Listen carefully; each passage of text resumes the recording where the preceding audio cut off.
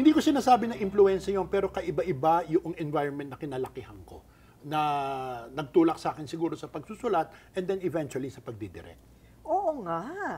Pero yung pagsusulat ang nauna, no? Kasi ang tawag sa kanya ngayon, direct Joey Javier Reyes. Pero sa totoo lang, si Jose Javier Reyes talaga siya bilang manunulat na nauna. That's true. So ano, nagsimula ba yun noong binigyan ka ng typewriter ng tatay mo, nung grade 5 ka pa lang? Oo, kasi napansin ng tatay ko, nasulat ako ng sulat. So, nagkaroon ng sale dun sa opisina nila, dinidispose yung mga lumang typewriter nila.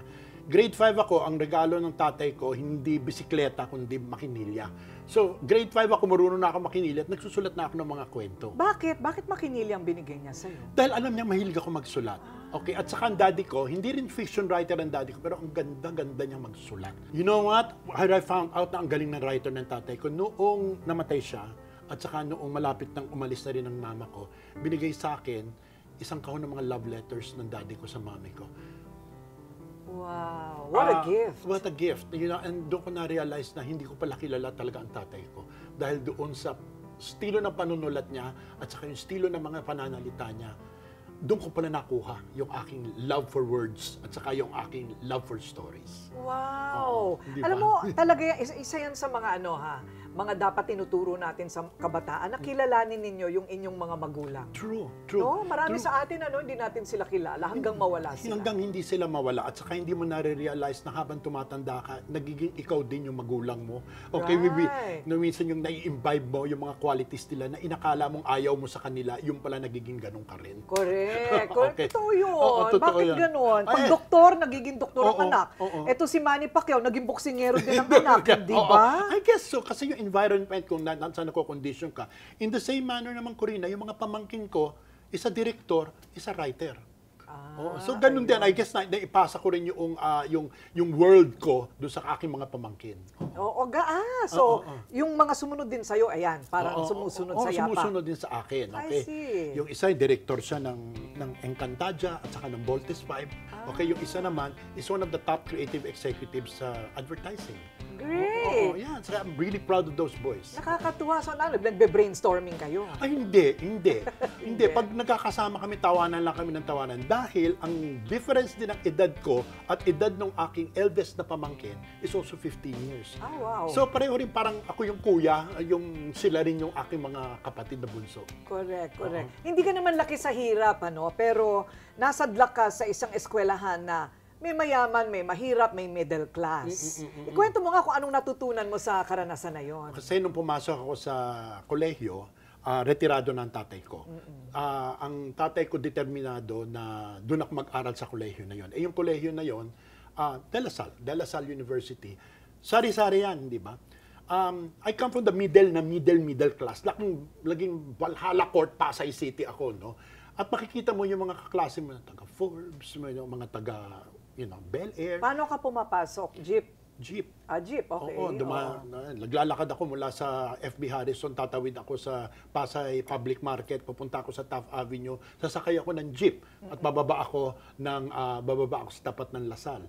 Doon mo nakita yung difference kung sino ka at yung pamumuhay nila. Hindi naman sa minatan nila ako, no? Pero nakikita mo yung difference ng pananaw mo sa mundo at yung pananaw nila. At doon mo rin nare-realize kung sino ka at kung sino sila. At kung papaano, kahit magkaiba kayo, magkapareho rin kayo. So, doon ang dami kong natutunan noon. Ng mga Totoo? Oo. So, kaya pala, masang-masa din. Kaya mo yung mataas. Kumbaga parang artsy and historic and educated.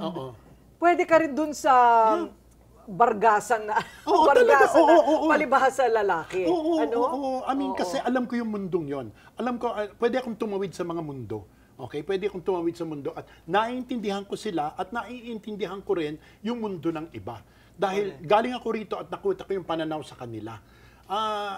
It matters a lot. It really matters a lot. Nung kabataan ko, nanonood ako ng Tagalog movies at the time na hindi dapat nanonood ang tagalasal ng Tagalog movies. Nanonood ako sa Rica Theater. No? Nanonood ako sa Martan Theater. Di ba? Pero nung na-immerse ka dun sa mundong yon, nung pumasok ko sa pelikula, kabisado ko on both sides. Kabisado ko on both sides of the audience. Oo nga, kasi nagsusulat ka ng tula. Oo, yeah. Di ba? Grade 5 ka pa lang, may tula ka na. Pagkatapos, short stories. Yes, Right? oo. Okay, so ikwento mo yung una mong nakilala si Lino Broca. Iba naman yon. Okay, Oo. ito yung isang dahilan kung bakit ako naging isang screenwriter. Okay, nung unang-una, okay, nung time nag-graduate na ako sa Lasal, saka lamang nagbukas ang Com-Arts program. Literature major ako. So in other words, I was never a Com-Arts major.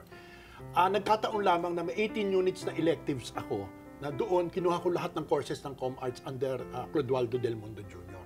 Tapos, during my senior year, nung senior year ko sa Lasal, features editor ako sa Lasalian, okay, which is the school newspaper.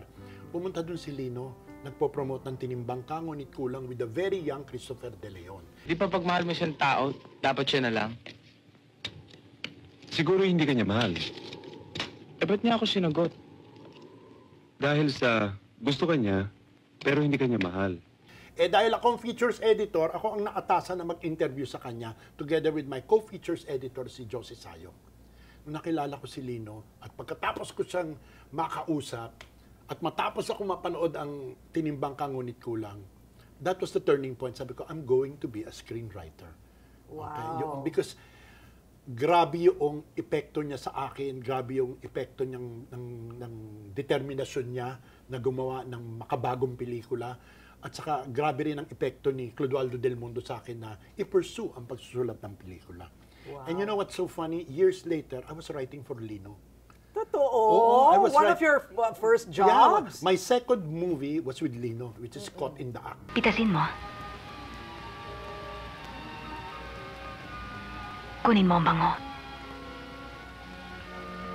At i-arrange mo ayon sa iyong pangangailangan.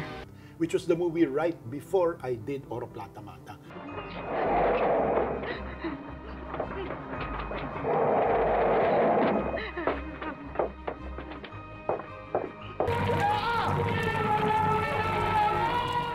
So even before I did Oro Plata Mata, gumawa ako ng pelikula with Lino. At sabi ko nga kay Lino, Lino, naalala mo nung in-interview kita sa Lasal? Sabi niya, hindi. Ay!